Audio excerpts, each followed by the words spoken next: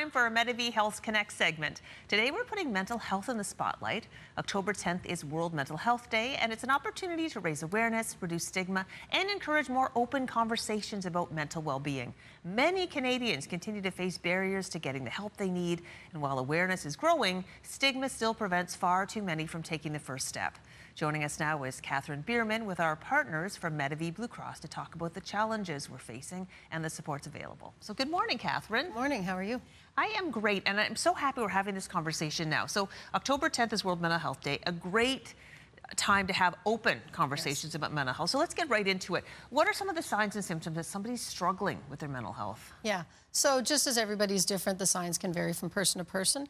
But things like, somebody might be sleeping more, eating more, or much less than is usual for them. If they've lost interest in the activities that they normally enjoyed, they may actually speak openly about, feeling depressed and not being sure that it's, that maybe they're a burden to people. So I think looking at how people are acting and listening to what they're saying can help cue you in that maybe somebody is struggling. Mm-hmm. And another big one, too, that I remember when I was reading the notes before we met, Catherine, withdrawal from social situations. If you're offering to reach and they keep making excuses to stay home, that's another one. Yeah, and I think in some ways COVID got people more used to staying home.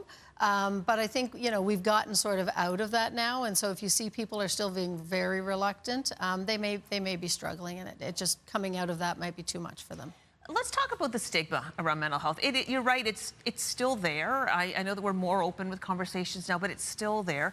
How can we help break down that stigma? Yeah, so I think the first part of it is recognizing where stigma comes from. And a lot of it is either fear, lack of understanding, and outdated beliefs about what mental health issues really are. So first, understanding that is part of it. But the other thing we can do is talk openly, for sure.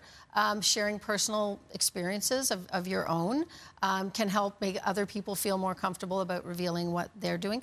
Not using judgmental language. So, instead of saying people are crazy or whatever, talk about them as struggling with their mental health.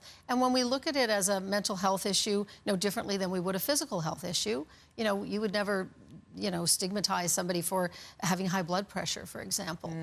So, the more that we look at that as being a mental health issue, being part of an overall physical health issue, that can help reduce stigma as well. For sure. All right, Medavie Blue Cross manages health benefits for a lot of Canadians. Yep. What sort of supports do you offer people when it comes to mental health? Yeah, so a lot of insurance companies, so if people have a group insurance plan or personal, they would have coverage for expenses for seeing a counselor, whether that's a social worker, psychologist, counseling therapist. So that's one way. But then there are also other programs. We provide access to a mindfulness app that really can help. So it teaches meditation, and that can help build your resilience so that when challenges come, you're in a better place to deal with those.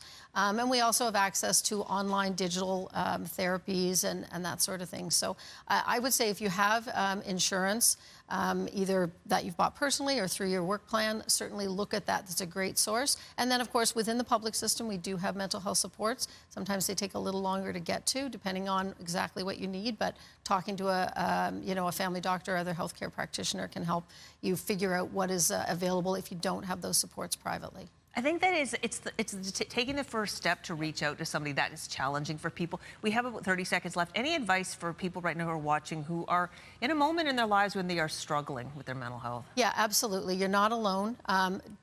Don't hesitate to reach out. You'll just realize that you should have done it sooner, and realize that the person you're talking to might be understanding more than you think because they may be struggling too. So, that's just try to take that first step. That's the most important part. Yeah, and I'll add, you're not a burden. You're not a burden. People would rather you reached out. Absolutely. Than not. All right, yep. Catherine, thank you so much. You're quite welcome. That was Catherine Bierman with her partners at Medavie. And we put a link to their website on ours.